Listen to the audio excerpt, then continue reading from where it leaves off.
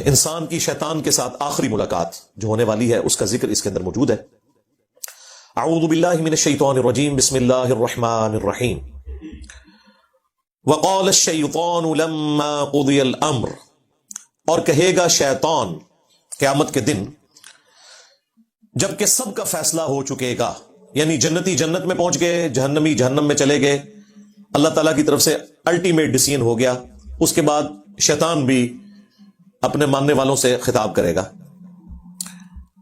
ان اللہ وعدکم وعد الحق، دیکھو بے شک اللہ تعالیٰ نے جو وعدہ تم سے کیا تھا دنیا میں وہ تو تھا سچا وعدہ۔ کیا وعدہ تھا؟ کہ جو میرے نبیوں کی پیروی کرے گا میں اسے ہمیشہ کی جنتوں میں داخل کروں گا، اور جو انبیاء کی نافرمانی کرے گا اس کا ٹھکانہ الٹیمیٹلی جہنم کی آگ ہونے والی ہے۔ وَلِعَوْذُ بِاللَّهِ تَعَالَى اللہم اجرنا من النار اللہم انا نسألک جنت الفردوس مع النبیین والصدیقین والشہداء والصالحین آمین۔ تو شیطان کہے گا دیکھو اب تو حق واضح ہو چکا ہے، بے شک جو اللہ نے تم سے وعدہ کیا تھا نا وہ پورا کر دیا، جو جنتیوں کے حق میں وعدہ کیا تھا اہل ایمان کے حق میں وہ بھی درست ثابت ہو گیا، اور جو جہنمیوں کے لیے اہل کفر کے لیے وعدہ کیا تھا وہ بھی پورا ہو گیا۔ وَوَعَدْتُكُمْ فَأَخْلَفْتُكُمْ، اور جو میں نے تم سے وعدہ کیا تھا تو میں اپنے وعدے کی خلاف ورزی کرتا ہوں۔ یعنی میں نے کیا وعدہ کیا تھا دنیا میں؟ لمبی امیدیں دلائی ہوئی تھی۔ ایک تو ڈائریکٹلی وہ لوگ ہیں جو شیطان کی عبادت کرنے والے لوگ ہیں، ایک وہ جو اہل ایمان میں سے ہوں یا اللہ کے ماننے والے ہیں، ان کو بھی شیطان لمبی امیدیں دلاتا ہے کہ ابھی کافی زندگی پڑی ہے، اللہ کے راستے پہ آ جاؤں گا ایک نہ ایک دن، اور یوں انسان دنیا سے اچانک اچک لیا جاتا ہے، اور اس کی زندگی میں وہ لمحہ نہیں آتا کہ جب وہ واقعتاً اللہ تعالیٰ کا تابع فرمان ہو کر زندگی کو بسر کرے۔ تو یہ شیطان جو ہے وہ جھوٹے وعدے اس کو دلاتا ہے۔ ایک اور وعدہ جو شیطان دلاتا ہے کہ اللہ تعالیٰ بڑا غفور رحیم ہے، معاف کر دے گا، at the end of the day اس نے سب کو چھوڑ دینا ہے۔ دیکھو کوئی ماں اپنے بچے کو جہنم میں نہیں پھینک سکتی، تو یہ کیسے ہو سکتا ہے کہ اللہ تعالیٰ اپنے بندوں کو جہنم میں پھینکے؟ یہ تو اللہ تعالیٰ کی رحمت کے بھی خلاف ہے۔ یہ بھی شیطان نے جھوٹے وعدے دلائے میں۔ یہ جھوٹے اور فراڈ پہ مبنی وعدے اس لیے ہیں کہ اس طرح کی کوئی تعلیم اللہ تعالیٰ کی طرف سے اپنی کتابوں میں یا اپنے پیغمبروں کے ذریعے انسانیت تک نہیں پہنچائے گی۔ قرآن کا مقدمہ تو بالکل ڈیفرنٹ ہے، اور جو لوگ پہلی دفعہ قرآن کو پڑھتے ہیں ترجمے کے ساتھ اپنی نیٹو لینگویج کے اندر، وہ کہتے ہیں یہ تو کتاب بات ہی کچھ اور کر رہی ہے، اس کا کانفیڈنس لیول ہی بہت ہائی ہے، اور بالکل سٹریٹ فارورڈ کتاب ہے، کوئی لگی لپٹی بات نہیں، ڈائریکٹلی ہے کہ مانو گے بچ جاؤ گے، نہیں مانو گے تو مارے جاؤ گے۔ لیکن شیطان پھر جو غلط امیدیں لوگوں کو دلاتا ہے، اور یہ امید کبھی وہ شخص نہیں اس کے پیچھے چلے گا، اس جعلی اور جھوٹی امید کے پیچھے، جس نے قرآن پڑھا ہوا ہے، الا یہ کہ کوئی آنکھیں بند کر لے، ورنہ قرآن کا مقدمہ بالکل ون سائیڈڈ ہے۔ قرآن پڑھنے والا کبھی بھی اس رزلٹ پہ نہیں پہنچے گا کہ اللہ تعالیٰ نے سب کو چھوڑ ہی دینا ہے۔ قرآن میں جو اللہ تعالیٰ کا مزاج بیان ہوا ہے وہ تو سختی والا ہے، سیدھی سی بات ہے، وہاں تو آپ کہیں بھی باطل کو داخل نہیں کر سکتے۔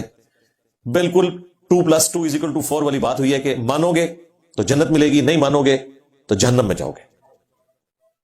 یہ تھوڑی بہت جو گنجائشیں نکلتی ہیں وہ بھی احادیث میں نکلتی ہیں، وہ بھی کسی درجے میں۔ جو پبلک کے اندر دین چل رہا ہے وہ نہ قرآن میں ہے نہ حدیث کے اندر موجود ہے۔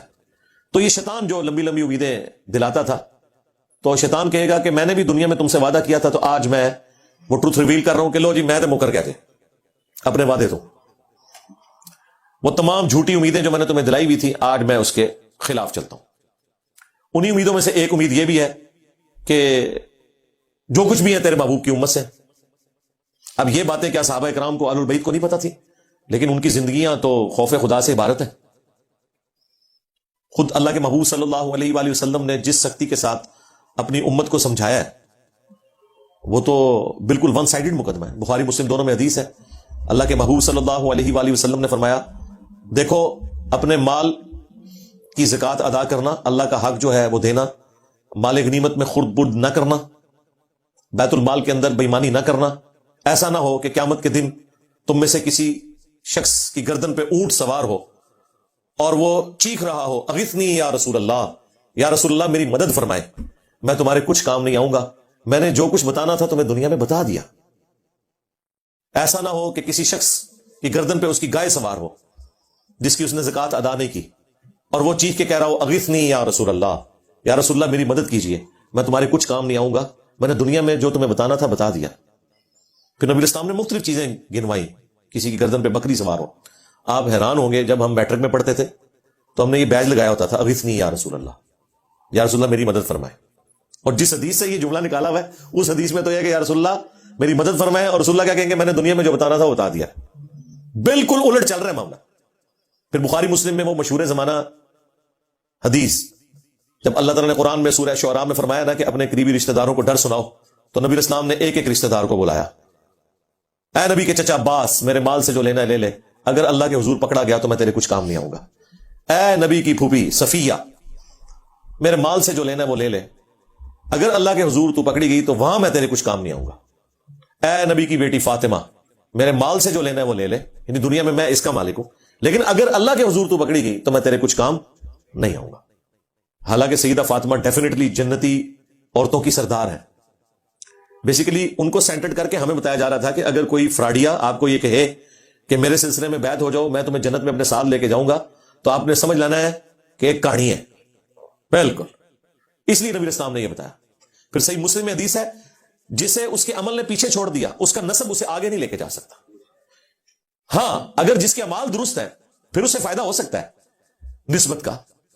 پھر حسن و حسین ہی جنتی نوجوانوں کے سردار ہے, نبی اسلام کی بیٹی ہی جنتی عورتوں کی سردار ہے, لیکن یہ صرف نسبت کی وجہ سے نہیں ہے, اعمال بھی ایسے. دوسری طرف حضرت نوح علیہ السلام کا بیٹا, نسبت کوئی کام نہیں آئی کیونکہ اس کے عمل نے اس کو پیچھے چھوڑ دیا. تو شیطان قیامت کے دن اعلان کر دے گا, جو میں نے دنیا میں تم سے وعدہ کیا تھا نا, میں تو آج اعلان برات کر رہا ہوں تم سے. یعنی دیکھیں اینڈ ٹائم پہ آگے وہ دھوکہ دے جائے گا. ہمیں تو ایسے دنیا میں ہی پتا ہے, اور یہ اللہ تعالیٰ کی شفقت ہے کہ اس نے اس دنیا میں آخرت کی فلم چلا دی ہے. یعنی یہ ہونے کے بعد اگر پتہ چل رہا ہو تو انسان کہے گا کاش مجھے دنیا میں پتہ چل جاتا نا, تو میں اپنا راستہ درست کر لیتا. تو سرکار دنیا میں پتہ چل چکا ہے, پیپر آؤٹ ہو چکا ہے, اس کے جوابات بھی بتا دیے گئے ہیں. صرف پیپر نہیں آؤٹ ہوا, جواب بھی بتا دیے گئے. اب کوئی شخص خود ہی بدبخت ہے کہ وہ پیغمبروں کا راستہ چھوڑ دے اور شیطان کے راستے کے اوپر چلے. ابھی تو جناب ذرا اگلے الفاظ سنیں, وما کان علی علیکم من سلطان, اور مجھ میں تو ایسی کوئی قدرت نہیں تھی تمہارے معاملے میں کہ میں تم پر کوئی زور زبردستی کر سکتا, الا ان دعوتکم, سوائے اس کے کہ میں تمہیں دعوت دیتا تھا. لے جی, یہ مقدمہ بھی بالکل کلیئر ہے کہ جو لوگ دنیا میں کہتے ہیں کہ ہم سے شیطان نے یہ کام کروایا اور اس کی پلی لیتے ہیں, کیا خود ہوتا ہے. شیطان نے اس حوالے سے تو کروایا ہوتا ہے کہ وہ دعوت دیتا ہے, اس حوالے سے شیطان نے نہیں کروایا ہوتا کہ وہ زبردستی کرواتا ہے. یہ ذہن میں رکھیے گا, وہ صرف دعوت دیتا ہے. وہ تو یوسف علیہ السلام نے بھی کہا تھا کہ شیطان نے میرے بھائیوں اور میرے درمیان جدائی کر دی, لیکن یوسف علیہ السلام کے کہنے کا مقصد یہ نہیں تھا کہ میرے بھائی بے قصور ہیں, نہ, انہوں نے معافی مانگی ہے, دعوت دی شیطان نے. ظاہر شیطان نے تو دعوت دینی ہے. تو یہاں پر واضح ہے کہ شیطان قیامت کے دن کہے گا کہ مجھے تم پر کوئی زور نہیں تھا سوائے اس کے کہ میں تمہیں صرف بلاتا تھا برائی کی طرف. اور دنیا میں اچھائی کی طرف بلانے والے لوگ اور وہ سگنلز زیادہ آتے ہیں آپ کی زندگی میں ایز کمپیئر ٹو برائی کے. اگر آپ لسٹ ڈاؤن کریں اپنے بچپن سے لے کے جوانی تک, ماں باپ, رشتہ دار, ٹیچرز, دوست, احباب, زیادہ تر لوگ آپ کو اچھائی کی طرف بلا رہے ہوتے ہیں. وہ لوگ بھی جو خود برائی پہ چل رہے ہوتے ہیں نا, وہ بھی آپ کو اچھائی کا ہی درس دے رہے ہوتے ہیں. تو سگنلز تو وہاں سے بھی آ رہے ہوتے ہیں. یہ تو انسان کی اپنی مرضی ہے نا کہ وہ اچھا سگنل لیتا ہے یا برا سگنل لیتا ہے. تو شیطان صرف دعوت دیتا تھا دنیا میں, زور کوئی نہیں تھا. اس کو میں ایک مثال سے سمجھاتا ہوں اکثر, کہ اگر زمین و آسمان کے سارے شیاطین مل کے سب سے بڑے بے نمازی کو بھی نماز پڑھنے سے روکنا چاہیں, اور دوسری طرف گورنمنٹ کی طرف سے اناؤنسمنٹ ہو جو مسجد کی پہلی صف میں جماعت سے نماز ادا کرے گا اسے $1000 دیے جائیں گے, دوسری صف والے کو $500, تیسری صف والے کو $300, تو سارے شیاطین مل کے بھی ایک بے نمازی کی نماز نہیں چھڑوا سکتے. پھر وہ شیطان کا زور کہاں چلا گیا؟ اس وقت بھی شیطان دعوت دے رہا ہوگا, لیکن جب انسان کو اپنا نفع نقد نظر آ رہا ہے نا, تو شیطان تو شاہی کوئی نہیں سرکار. جب نفع نقد نظر آ جائے تو اللہ کے جو کمیٹڈ بندے ہیں, اللہ کے اولیاء ہیں, اللہ کے نیک بندے ہیں, اللہ کا خوف رکھنے والے لوگ ہیں, انہیں آخرت بھی نقد نظر آ رہی ہوتی ہے اپنے سامنے. اس لیے وہ اس طرح کے گناہوں سے بچ جاتے ہیں, برائی کے اعمال سے بچ جاتے ہیں, اور نیکیوں پہ ان کو استقامت نصیب ہو جاتی ہے. اس کا سائملٹینیس کنٹراسٹ, اگر گورنمنٹ یہ اناؤنسمنٹ کرے کہ جس نے فجر کی نماز جماعت سے نہ پڑھی اسے 15 منٹ کے لیے ایک گرم تندور میں الٹا لٹکایا جائے گا دنیا کے اندر ہی، پھر بھی آپ دیکھیں کوئی شخص سستی کا شکار نہیں ہوگا. اگر واقعی ایسا ہو جائے، آپ اپنے ملکوں میں دیکھ لیں، یہاں کے بگڑے ہوئے لوگ جب یورپ اور امریکہ میں جاتے ہیں کوئی قانون کی خلاف ورزی نہیں کرتے، انہیں پتا ہے یہاں پہ سگنل توڑنے کے اوپر اتنا بڑا جرمانہ ہے، اور وہاں 15-20 سال گزارنے کے بعد پاکستان میں جیسے ہی لینڈ کرتے ہیں تو فوراً یہاں پہ قانون توڑنا شروع کر دیتے ہیں. دنیا میں بھی ہم نے دیکھ لیا کہ جب چیک ہوتا ہے نا آپ کے اوپر، فزیکل چیک، پھر یہ انٹلیکچوئل جو چیک ہے یہ خود بخود ختم ہو جاتا ہے. جو مرضی آپ کو برائی کی طرف ابھارے، آپ وہ برائی نہیں کریں گے. تو شیطان بھی قیامت کے دن کہے گا مجھے تم پر کوئی زور نہیں تھا.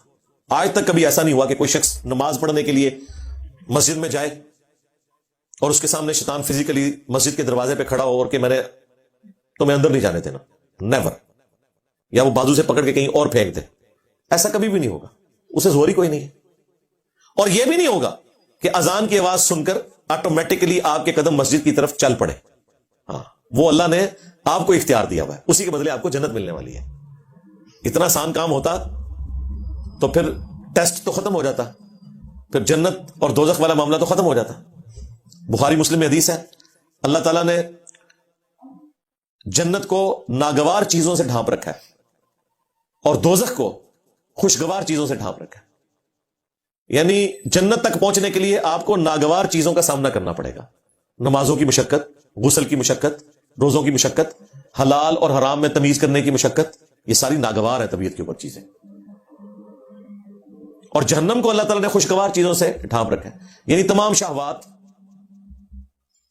گناہ کے کام جن میں دنیا میں اللہ نے لذت رکھی ہوئی ہے، وہ ہمارے ٹیسٹ کے طور پہ وہ جہنم یعنی دوزخ میں لے جانے والی ہے. اور اس کی ایکسپلینیشن اس حدیث سے ہوتی ہے، مشہور زمانہ، جامعہ ترمذی، ابو داؤد، نسائی، ابن ماجہ میں حدیث ہے. حضرت جبرائیل علیہ السلام کو اللہ تعالیٰ نے فرمایا جب جنت کو پیدا کیا کہ جا کے جنت کو دیکھ کے آؤ. جب وہ واپس آئے انہوں نے کہا یا اللہ مجھے نہیں لگتا کہ کوئی شخص تن من دھن نہیں لگا دے گا اس جنت میں پہنچنے کے لیے، کوئی ایسا شخص نہیں ہوگا، سارے کے سارے اس جنت کے لیے کوشش کریں گے. پھر اللہ تعالیٰ نے جنت کو ناگوار چیزوں سے ڈھانپ دیا اور حضرت جبرائیل علیہ السلام سے کہا کہ اب ذرا جنت کو دیکھو جا کے. انہوں نے جب دیکھا نا کہ جنت تک پہنچنے کے لیے یہ ہرڈلز عبور کرنی پڑیں گی، مشقتیں اٹھانی پڑیں گی، حلال اور حرام میں تمیز کرنی پڑے گی، واپس آئے تو اللہ تعالیٰ نے فرمایا کہ سنا. انہوں نے کہا یا اللہ مجھے نہیں لگتا کہ کوئی شخص جنت میں پہنچنے میں کامیاب ہوگا، جتنا مشکل ٹیسٹ رکھتی ہے. پھر اللہ تعالیٰ نے جہنم کی طرف بھیجا، واپس آئے، پوچھا ان کا یا اللہ کون بدبخت ہوگا جو اس جہنم کے لیے کوشش کرے گا، مجھے تو نہیں لگتا کہ کوئی شخص ایسا عمل کرے کہ جہنم تک پہنچ جائے. پھر اللہ تعالیٰ نے جہنم کو یعنی دوزخ کو شہوات سے، خوشگوار چیزوں سے ڈھانپ دیا، ان کی لذتوں سے، لیکن ہے حرام کام. پھر اللہ تعالیٰ نے فرمایا اب جا کے جہنم کو دیکھ. جب دیکھا انہوں نے کہا کہ مجھے نہیں لگتا کہ کوئی شخص بچ سکے گا، کسی نہ کسی طریقے سے پہنچ جائے گا اس جہنم کے اندر. تو یہ بڑا سینسٹیو مسئلہ ہے. شیطان قیامت کے دن کہے گا کہ میرا کوئی زور نہیں سوائے اس کے کہ میں نے تمہیں دعوت دی تھی، فاستجبتم لی، پس تم نے میری دعوت قبول کر لی. یعنی دعوت مؤذن بھی دے رہا تھا اذان کے ذریعے مسجد میں، اور دل سے بھی سگنل آ رہے تھے. انسان کی اپنی انسٹنکٹ کے اندر موجود ہے، جھوٹ بولنا برا ہے، سچ بولنا اچھا ہے، یہ ہر انسان کو پتا ہے. کسی کو دھوکہ دینا برا ہے، کسی کے ساتھ خیر خواہی کرنا اچھا ہے. تو ہماری انسٹنکٹ کے اندر اللہ تعالیٰ نے اچھائی اور برائی کی تمیز رکھ دی ہے. فَأَلْهَمَهَا فُجُورَهَا وَتَقْوَاهَا. یہ جو قرآن کی تعلیمات ہیں، انبیاء کرام کی جو وحی ہے، یہ تو نور علی نور ہے. آلریڈی ہماری انسٹنکٹ کے اندر نور موجود ہے اچھائی اور برائی میں تمیز کرنے کا، انبیاء کی دعوت کے بغیر بھی موجود ہے. لیکن یہ انبیاء کی دعوت کے ذریعے اللہ تعالیٰ نے حجت تمام کی ہے کہ کوئی شخص قیامت کے دن، سورہ النساء میں آتا ہے نا کہ ہم نے رسولوں کو، انبیاء کو اس لیے بھیجا کہ اللہ کے خلاف کوئی حجت نہ قائم کر سکے. رسولوں کے آنے کے بعد کوئی بالکل ہی گیا گزرا آدمی تھا، ہر دھرمی پہ اڑا ہوا تھا، اس کے لیے بھی حجت تمام ہو جائے کہ مجھے بتا دیا گیا تھا دنیا میں، تو میں نے تو صرف تمہیں دعوت دی تھی اور تم نے وہ میری دعوت قبول کر لی. فلا تلومونی، تو آج کے دن مجھے ملامت مت کرو، مجھے برا نہ کہو. شیطان کہہ رہے ہیں میرے خلاف بھی کلپ نہیں ریکارڈ کرانا. کلپ ریکارڈ کروانا ہے تو وَلُومُوا أَنفُسَكُمْ، اپنے آپ کو ملامت کرو. وہ پنجابی میں محاورتاً بولا جاتا ہے نا، منو نہ پیٹ، اپنی جان نو پیٹ. آج مجھے ملامت نہ کرو، اپنی جان کو ملامت کرو. ما انا بمصرخکم، میں آج کے دن تمہاری کوئی فریاد نہیں سن سکتا، کوئی مشکل کشائی تمہارے ساتھ نہیں کر سکتا، وما انتم بمصرخی، اور نہ تم کوئی میری مدد کر سکتے ہو۔ دیکھ لیں بالکل اس نے سب کچھ چھوڑ دیا۔ اگر کوئی امید بھی تھی کسی شیطان کے اوپر تو وہ بھی ختم ہو گئی۔ یہ شیطان وہ بڑا شیطان بھی ہوگا اور اس کے جتنے چیلے ہیں وہ بھی شیاطین۔ ان بزرگوں کے بارے میں بھی آیا ہوا ہے سورۃ الاعراف کے اندر کہ جب کبھی بھی کوئی امت جہنم میں داخل کی جائے گی تو وہ اپنے بزرگوں کے اوپر لعنت بھیجے گی اور کہے گی اے اللہ ہمارے بزرگوں کو ڈبل عذاب دے کہ ان کی وجہ سے ہم گمراہ ہوئے۔ اللہ تعالیٰ فرمائے گا تم دونوں کے لیے ڈبل عذاب ہے، اور جب وہ جہنم میں پہنچیں گے تو ان کے پھر بزرگ کہیں گے ہاں بھائی کوئی فائدہ تو نہیں ہوا، دیکھو تمہارے لیے بھی ڈبل عذاب ہے۔ سورۃ الاحزاب میں بھی آیا اینڈ پہ جا کے، کیونکہ ہر آنے والا اپنے بعد آنے والے کے لیے تو بزرگ ہی ہے نا، اس کے لیے وہ غلط لیگیسی چھوڑ کے جا رہا ہے نا۔ انی کفرت بما اشرکتمونی، بے شک میں کفر کرتا ہوں، اس معاملے میں انکار کرتا ہوں جو تم میرے ساتھ شریک ٹھہرایا کرتے تھے من قبل، آج سے پہلے، یعنی میں اس کا بھی انکار کرتا ہوں۔ تم نے اپنا بیڑا غرق خود کیا، اگر تم نے مجھے شریک ٹھہرایا اللہ کے مقابلے پہ، اپنی نفسانی خواہشات کو شریک ٹھہرایا، تو میں اس سے بھی انکاری ہوں، میرا کوئی لینا دینا نہیں، میں نے تو صرف دعوت دی تھی، برائی پہ تم خود چلے۔ اگر تم نے اللہ کے مقابلے پہ مجھے کھڑا کیا تو مجرم تم ہو، میں اعلان برات کرتا ہوں۔ ان الظالمین لہم عذاب علیم، بے شک جو ظالم ہے ان کے لیے دردناک عذاب ہے۔ اللہم اجرنا من النار۔ دیکھ لیں جی، جن پہ تکیہ تھا وہی پتے ہوا دینے لگے، شیطان کے اوپر تکیہ کر کے بیٹھے ہوئے تھے، شیطان کے ایجنٹوں کے اوپر تکیہ کر کے بیٹھے ہوئے تھے، جن بزرگوں کے اوپر تکیہ کر کے بیٹھے ہوئے تھے وہ تو خود جہنم میں پہنچ گئے۔ تو ادھر جا کے تو اللہ ہی کی بادشاہت ہے، دنیا میں بھی اللہ کی بادشاہت ہے، لیکن دنیا میں اللہ تعالیٰ نے کھلی چھٹی دی ہوئی ہے، آخرت میں اللہ تعالیٰ نے چھٹی نہیں رکھی، پھر وہ تو ہار اور جیت کے فیصلے کا دن ہے، یوم التغابن ہے۔ یہ جو سورہ ابراہیم کی آیت نمبر 22، یہ آلموسٹ میں نے آدھا گھنٹہ اس کے اوپر گفتگو کی ہے، صرف اس لیے کہ یہ قرآن حکیم میں اہم ترین مقام ہے۔ شیطان کے حوالے سے جو مارکیٹ کے اندر عقائد اور نظریات پھیلے ہوئے نا، ایک آیت ان تمام عقائد اور نظریات کو غلط ثابت کر دیتی ہے۔ اکثر لوگ اپنے گناہوں کا، اپنے جرائم کا وبال شیطان کے اوپر ڈالتے ہیں، یہاں اللہ تعالیٰ نے الٹیمیٹلی شیطان نے جو ٹروتھ ریویل کرنا ہے قیامت کے دن وہ دنیا میں بتا دیا ہے۔ اس کے باوجود اگر کوئی شخص اپنی برائی کو شیطان کے اوپر ڈالتا ہے تو وہ اپنے آپ کو دھوکہ دے رہا ہے۔ اس اعتبار سے تو ڈالا جا سکتا ہے کہ وہ برائی کی طرف بلانے والا ہے، وہ تو شیطان بھی ہے، ہمارا نفس بھی ہے، لیکن وہ اللہ تعالیٰ نے بیلنس کیا ہے۔ صحیح مسلم میں حدیث ہے کہ ہر شخص کے ساتھ اللہ تعالیٰ نے ایک فرشتہ اور ایک شیطان، جن اٹیچ کیا ہوا ہے۔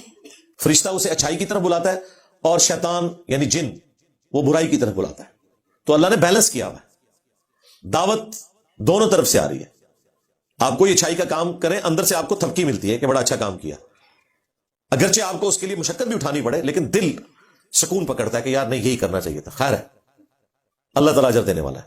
یہ فرشتے کے ذریعے تھپکی ملتی ہے۔ اور اگر برائی کا کام ہو جائے تو دل جو ملامت کرتا ہے کہ غلط کام کیا، ایسا نہیں کرنا چاہیے تھا، تو فرشتہ اللہ نے ساتھ اٹیچ کیا ہوا ہے۔